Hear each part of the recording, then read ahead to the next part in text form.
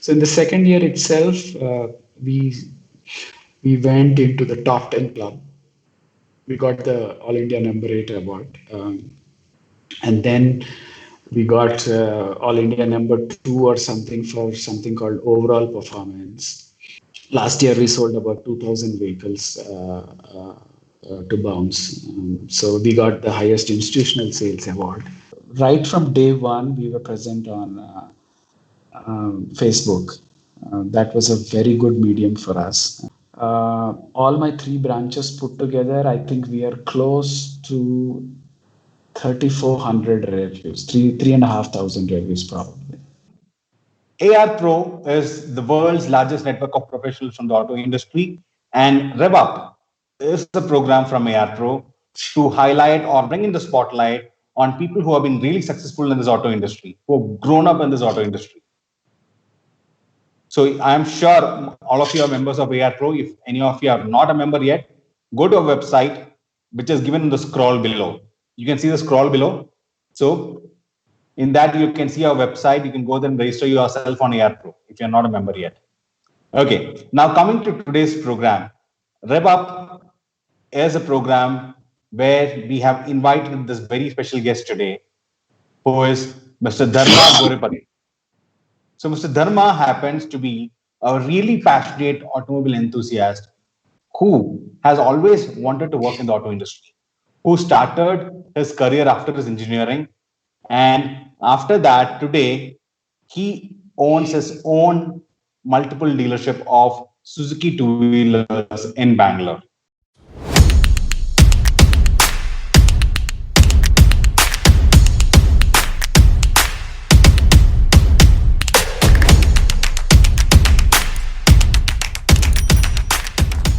Your dealership has secured fantastic, big awards from the brand as well. Oh, okay.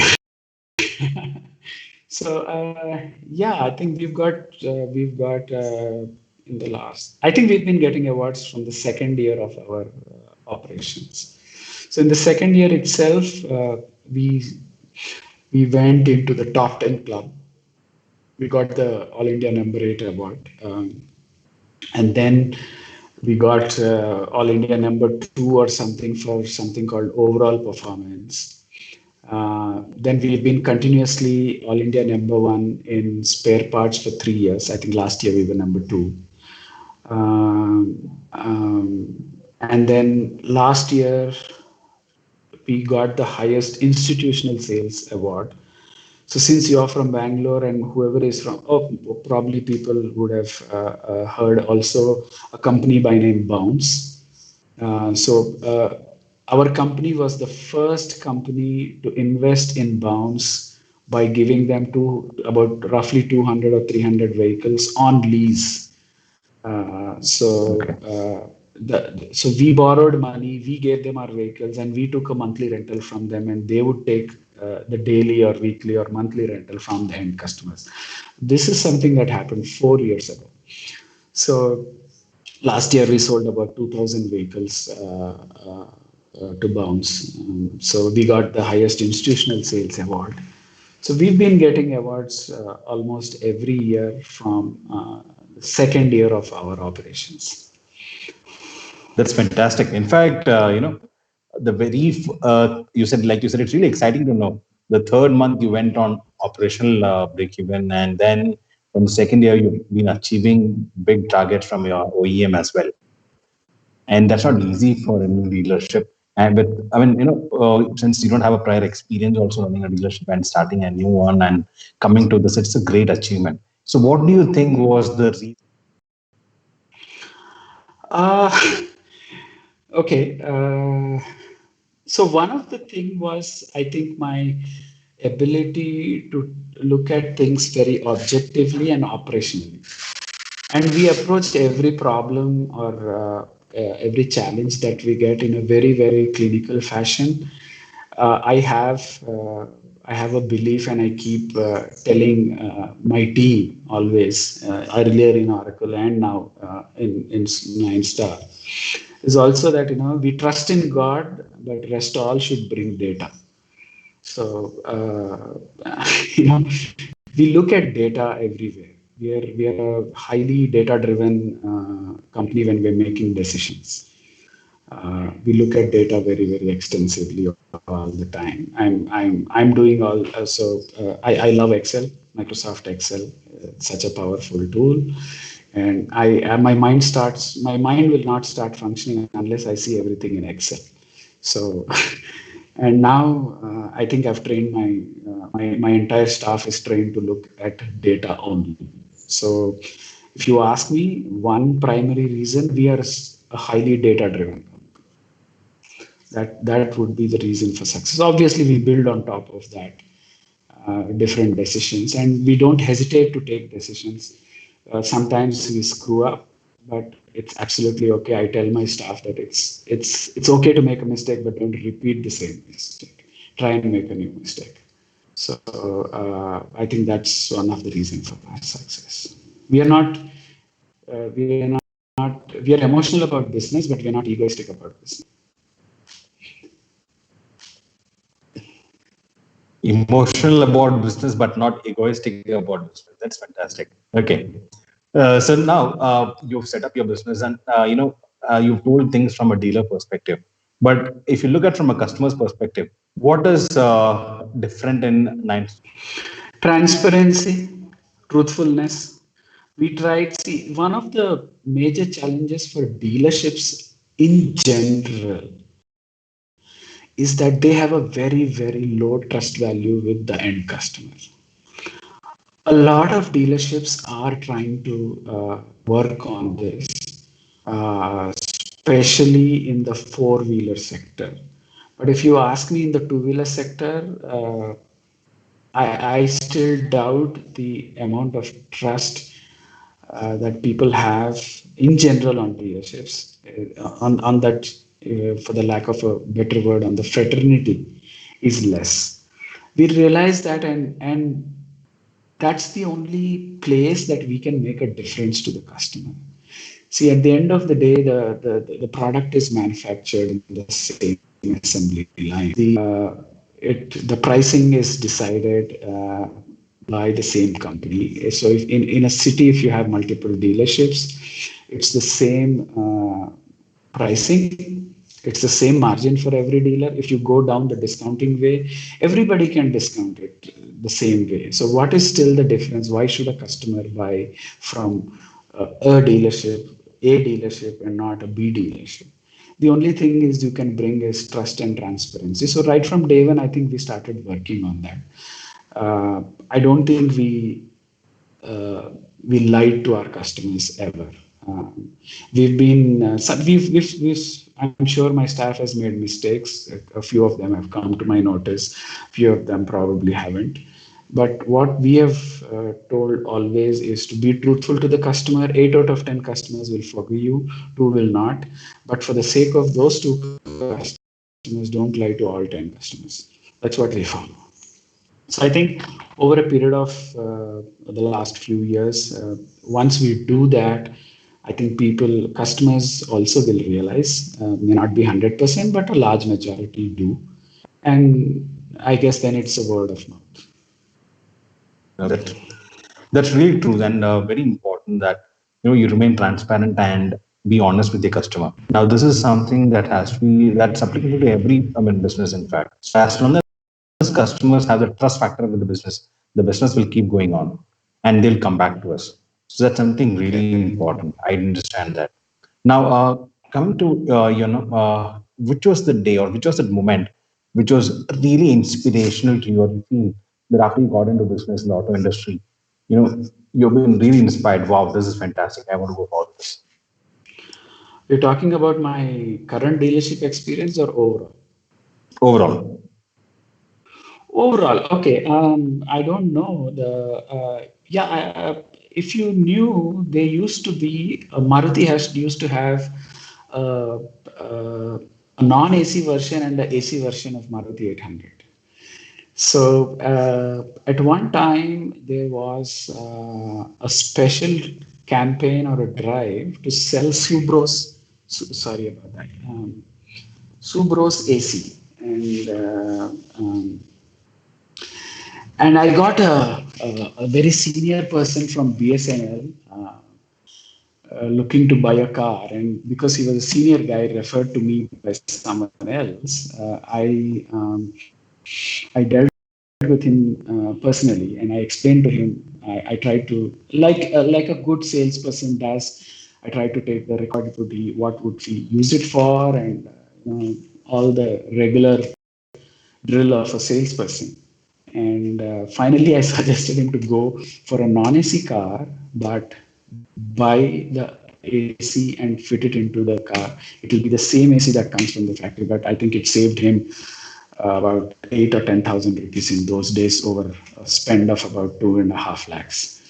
So yeah, we did all that, and probably we used to do that to a lot of customers. But while he was going back, he gave me a compliment, which he said, about 10 years ago, I met a camera salesman in Finland, and he was an extremely good, knowledgeable about the product. And after that, I'm seeing you, who's so knowledgeable, give the right. I think nobody used to say that to people those days. And also the fact that it came from a very senior person. He was a general manager of BSNL. I think that is the reason why I would say it was very inspirational. And we were young, so we used to look forward for probably, we used to fish for compliments. And we really felt good about that. That has stayed with me for the last several years. So that is one, and probably I another thing that I don't know. It's very personal, but I'll still mention it. Um, as I said earlier, we used to meet the who's who of uh, Hyderabad just because of the product we were selling.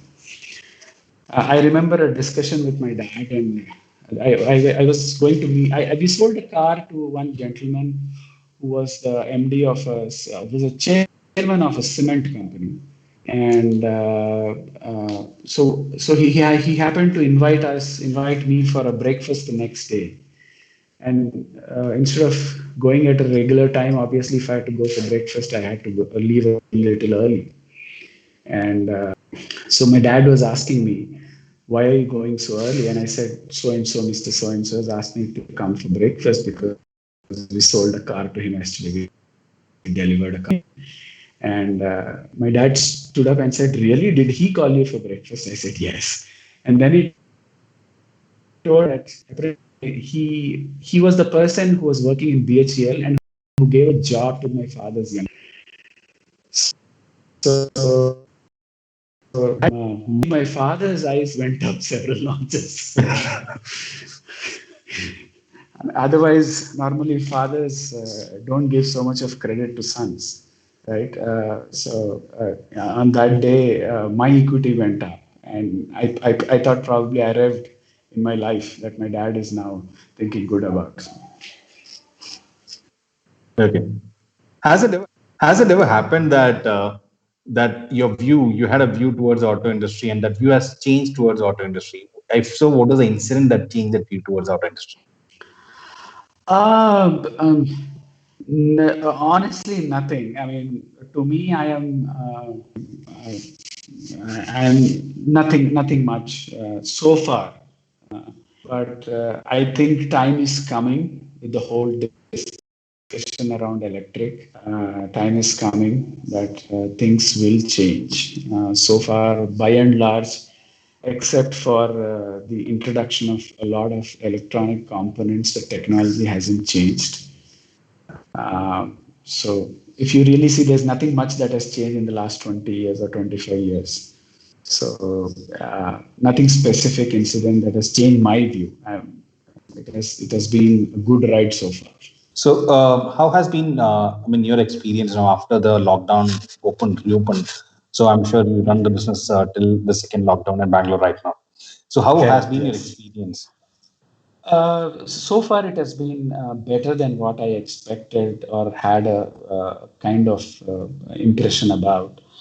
we are back to about something between 60 and 70% of our demand. So we had some stocks by the time we opened, so we've kind of exhausted. There are a little bit supply chain challenges across the board on multiple OEMs, which was expected in an industry like automobile. Obviously, there are parts that needs to be come from multiple places, and that needs to be assembled. And the component manufacturers are all over the country. So supply chains, it's just not limited to automobile, but I guess a lot of supply chains are affected. But on the good thing is that there is demand. But as I said, don't go by the initial demands. Don't be, even if your demand is low at the moment, don't get disheartened. Even if your demand is very good, don't be ecstatic about it. I think the story is yet to unfold. Okay. Okay. So, what are the changes in marketing or sales department that you've done post the COVID? So far, we haven't done much. I think we are just giving a confidence to the customer that the experience of coming to our dealership, whether for service or sales, is a safe experience. So we put out a few videos uh, saying that whatever, explaining whatever precautions we are taking as per government regulations. And we kind of have managed to space out the customer arrivals in the workshops, and taking only, what, we are not keeping vehicles with us for longer durations. We're asking people to take an appointment to come over, things like that. We are doing more on the service side. On the sales side, also, we are urging customers to kindly let us know what time they would want to come. So we are ensuring that there are not more 2 or 3 customers at any given point in time and in the dealership. Okay. So, has there been a major decrease in the walk-ins? I'm sure there is that. Uh, That's an interesting question. So as I said, the demand is still at 70%. Compared to what we were expecting, it is better. But yes, walk-ins have come down because in urban places, most of the people aren't coming out. A good number of people are working from home, so the need for them to go out is less. I think people who are working in the non-IT sector, people who have to physically move to their jobs or places, that is where the requirement for two-wheelers is. But so far, the demand has not gone down so bad. It is matching our supply versus demand gap, so we are okay at the moment. But yes, we might Okay. have to, once the supply picks up and if the demand doesn't match, we'll obviously have to figure out things as to what needs to be communicated. Okay. Okay. So, could you tell me about your digital presence? How is your digital presence? Ah, we are we are obviously present in all the social media networks. We do a lot of right from day one. We were present on Facebook. That was a very good medium for us, and now I think we have some close to 38,000 likes on our Facebook page. We have been consciously developing that Facebook channel over a period of time. We realized this is not something that can be done overnight. And our reliance on Google has gone up significantly. And one of the things that we do in our dealership is I directly ask customers to rate us on Google. So just to give you a flavor, all my 3 branches put together, I think we are close to 3,400 reviews, three and a half thousand reviews probably. Amazing. 3,400 reviews on Google. All three put together. Yes. Okay, Yes. that's great. So That's great. yeah. So that we actually, I challenge my team with those kind of things. So for example, the Google reviews scan, the QR code is probably in 10 to 15 places in each dealership. So to me, that is, if a customer is writing something, obviously I will ask for an explanation, right? And that's the way of reviewing my team. So I only ask my team, what is this story about? Anything under 3 and down, they have to tell me why the customer has raised rate as 3, 2, 1. Okay, 4 and 5 is good. So and we have a small internal challenge of sending out the number of reviews and ratings every month between the teams. So they all want to get better and better reviews. So uh, and in this 3,500 reviews, our average rating is around 4.1. So that is our digital presence. Recently, we've been on Twitter and stuff like that, but obviously, I think the presence is fine. I think it's the content which is more important in digital. How can you? There's a lot of clutter over there, and in that clutter, how can we stand out? That's the question. I think anybody who's present on digital needs to answer for themselves. Okay. Thank you for that. In fact, it's really amazing to know 3,400 reviews and the average of 4.1. That's something really amazing. And probably you're using it as your personal for your company. Yes. So so the way we put that is when any customer rates us, it directly hits my inbox first, and from my inbox, it obviously goes to multiple places. It goes to everyone. Every review, the moment the customer submits, it goes to about 7 or 8 people in the dealership in the email IDs. That's fantastic. Okay, Pro, it was great to know all these things. Now we come to a last section, last question, that is, what is your message to the team present here? But before you answer this, team, if you have any questions to Pro Dharma, you can start typing it out on the comment section. I will ask the questions on your behalf. So, Pro Dharma, Yeah, that. Yeah, okay. so I'll try and summarize what I did. Hopefully, it makes sense to the folks out there. I think one of the primary things that my learning over the past so many years is your life encompasses your work, and it's not the other way around. Your work does not encompass your life. So one of my first bosses told me that you should try to become a success in life, and in that direction, if you start moving, you will automatically become a success in your career, because career is about 8 to 10 hours a day of the 24 hours of your life. So that's something that which has stayed with me over the last several years, and I'd like to share that with the folks out there.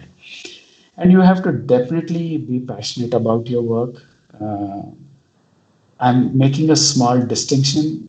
Be passionate about your work. Work does not necessarily mean your job that you're currently doing, right? You be passionate about your work, and whenever you are encountered with a challenge or a problem, try to dig deeper into the issues. Try to stop the buck with you and not somebody else. Spend a lot of time trying to find the root cause. I think today what I see missing is people are quickly jumping to solutions and conclusions. People are trying to fit the solution to the problem. It cannot work like that. You have to first understand the root cause of a problem. And once you figure that out, I think solutioning is the easiest thing if you find out the right problem. thank And you.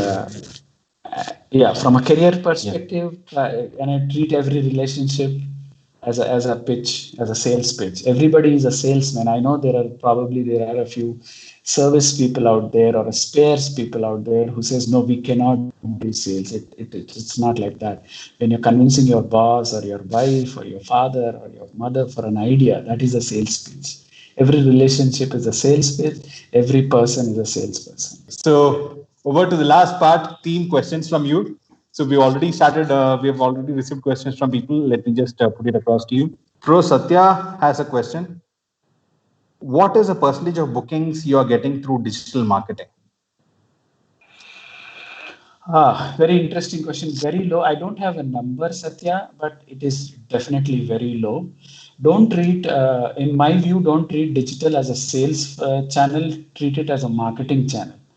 As long as you are able to get more. See, I mean, the products that we sell, be it a car or a two-wheeler, is not a regular everyday purchase. Like, I mean, the time of purchase is probably once in 3 years, quickly or more, even if that happens. So your goal should be to be in the customer's top of your mind when he decides to buy a car or a two-wheeler. So I think it's very hard to say online bookings, and I don't expect it to be even 2% or 3% if I have to really put a number to it. But yes, that will get you leads, a lot of leads, but conversion happens on the dealership floor. Team, with that, it's time to conclude. We've already crossed past time, but still, since we lost some time in the glitch, so we've extended the program. So now we come to end of it. If you have any more queries, please send to Pro Dharma. You can email to the email ID on screen. I'll just show it to you right now on screen. Before we end this program, I thank Pro Dharma for taking his time and giving us insights on RevUp with AR Pro. So, team, it was fantastic to have Pro Dharma here, and of course, it was fantastic to have all of you also here and making it an interactive session. But at the end of the day, it was something amazing to learn and understand from Pro Dharma. So, Pro Dharma, over to you. So that it was fantastic having you on AR Pro, and this is just the first. Probably we'll meet, catch up for more programs in future. Definitely. I'm available on LinkedIn. If people want to connect, have any questions, I'm happy to connect. Any questions of any sort, and you can direct them to the platform that we are, the wonderful platform that we are all connected in, or directly on LinkedIn. So, team, thank you for joining in. And before you go, of course, do comment your feedbacks in the comment section. And of course, we'll have a edited version of this available on our YouTube channel by tomorrow. Okay. So before we go ahead, do share this video with all your colleagues and friends. Of course, it was very inspirational to hear a lot of about his stories from Pro Dharma, the true success story, and it was really inspirational. So thank you, Pro Dharma, for joining in with us again. And with that, we come to end of our session.